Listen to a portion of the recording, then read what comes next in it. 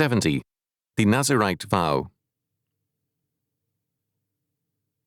One of the neglected episodes of the book of Acts is the role of St. Paul as a Nazarite. Acts chapter 21, verses 18 to 35. The law of the Nazarites is in Numbers chapter 6, verses 1 to 21. Other laws which governed him and others in relationship to his vow and his holiness are Numbers chapter 19, verses 11 following, Leviticus chapter 5, verse 7, chapter 12, verse 8, chapter 14, verse 30 following, chapter 15, verse 14 following, verse 29 following, Leviticus chapter 4, verse 2 following, Numbers chapter 15, verses 22 following, etc. These covered the defilement of a Nazarite and the forms of purification. The Nazarite was a man or woman who consecrated himself to the Lord for a time for the fulfillment of a vow to the Lord. At the end of that time, he went through a prescribed ritual to mark his return to ordinary life. The Nazarite was not an ascetic. His vow required active fulfillment of some service to God. However, in the course of this service, he was, first, to abstain from wine and strong drink, from vinegar and from raisins. He was to be governed only by the word and spirit of the Lord. We do not know why raisins or dried fruit were included in the prohibitions, and the various guesses by scholars are unsatisfactory. Second, his hair was to be uncut during the time of the vow. This included the beard. Normally, the hair on a man's head was cut regularly. Now he was a Nazir, an unpruned vine, and his hair was the equivalent of the high priest's mitre and a mark of his consecration. Third, like the high priest, the Nazirite must not go near a dead body, even of a near relative. As one especially dedicated to the living God, he could have no contact with death. Nazirites clearly existed in the early church. While the influence of Manichaeism and Platonism on the monastic movement is marked, there is also evidence of the Nazirite vow in their celibacy. Matthew chapter 19, verse 12. Asceticism, however, is not part of the Nazirite calling. When St. Paul returned to Jerusalem, 4 men in the church were ending their Nazirite vows and service. The advice given to St. Paul by St. James and the elders was that he join these 4 men and undertake the cost of their terminating rituals at the temple. The reasons advanced are, first, that many Jews had erroneously been told that St. Paul was hostile to the law, Acts chapter 21, verse 21. Second, the fact is clearly stated of St. Paul by St. James and the elders, "Thou thyself also walkest orderly, and keepest the law," Acts chapter 21, verse 24.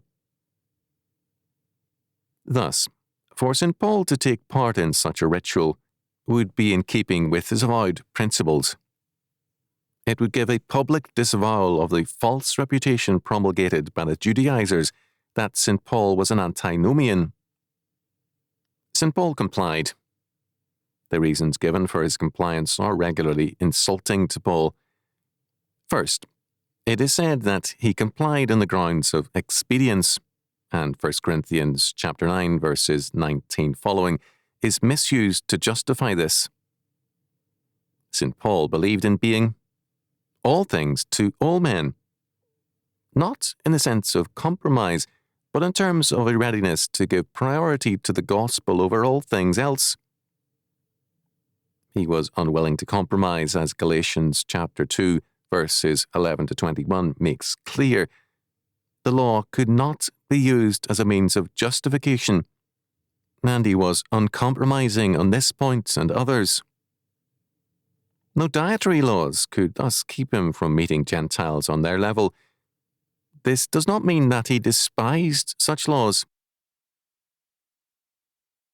A second reason is that, because the temple rituals now meant nothing to St. Paul, he could observe them, because they were meaningless. But this again makes Paul a pragmatist and unprincipled. The assumption of James and the elders is that the ritual meant something to the four Christians, to themselves, and to St. Paul. A third reason advanced is that St. Paul was ready to be purified from the sojourn in Gentile lands on his return to the Holy Land. But Jerusalem was a city which crucified Christ. It would not be a holy place to St. Paul by any means. It was rather a place he believed to be under judgment. If St. Peter could declare that judgment would begin at the house of God, 1 Peter chapter 4, verse 17, can we believe that St. Paul had a more tolerant view of Jerusalem and its future? What is overlooked is this fact. The four Christians were to undergo the end of their specific vow and service. St. Paul not only financed the ritual, he joined them in terminating his own specific time of service and vow. St. Paul's missionary journey had been in part or whole a time of avowed service. His return to Jerusalem, to James and the elders, was to report not as a subject, but as a co-worker, a fellow apostle on his discharge of this particular vow and service. This faithfulness to the law and to his role as a Nazarite is noted and commended by James and the elders. The only difference introduced is thus: St. Paul was terminating this period of avowed service before the church. He was asked to do the same in the temple, and with an observance of the temple forms and ritual, exactly as the four other Christians. St. Paul readily complied. St. Paul complied because he saw his mission to the Gentiles as a fulfillment of the meaning of the Nazarite role in its best sense. More notable is the fact that the temple priests, who certainly knew who St. Paul was, made no objection as he entered the temple, and for almost a week, faithfully observed the ritual. For St. Paul, all that the temple represented, and all that the Nazarite vows stood for, had their truest fulfillment in Christ, and in St. Paul's own ministry as an apostle of Christ. It was the Jews of Asia, that is, from the mission fields St. Paul had worked in, who, when the 7 days were almost ended, created the opposition. They declared that St. Paul was against the people, Israel, and the law, and this place, the temple. Acts chapter 21, verses 27 and 28. The men who denounced Paul were probably Ephesians, because they recognized Trophimus, an Ephesian, as a companion of Paul, having seen them together in the city. Acts chapter 21, verse 29. St. Paul's declaration in Ephesians chapter 2, verses 11 to 22 is that Christ's purpose is to reconcile man to himself and to one another, and to bring Jews and Gentiles together as one people in God. This had no doubt been Paul's teaching in Ephesus and elsewhere. The hostility aroused by the Ephesians in the temple was directed against this. As against the exclusiveness of the physical Israel, St. Paul taught the exclusiveness of Jesus Christ. Paul's Nazarite vow was related to this. As against Israel as the way to God, he preached Christ crucified, 1 Corinthians chapter 1, verse 23.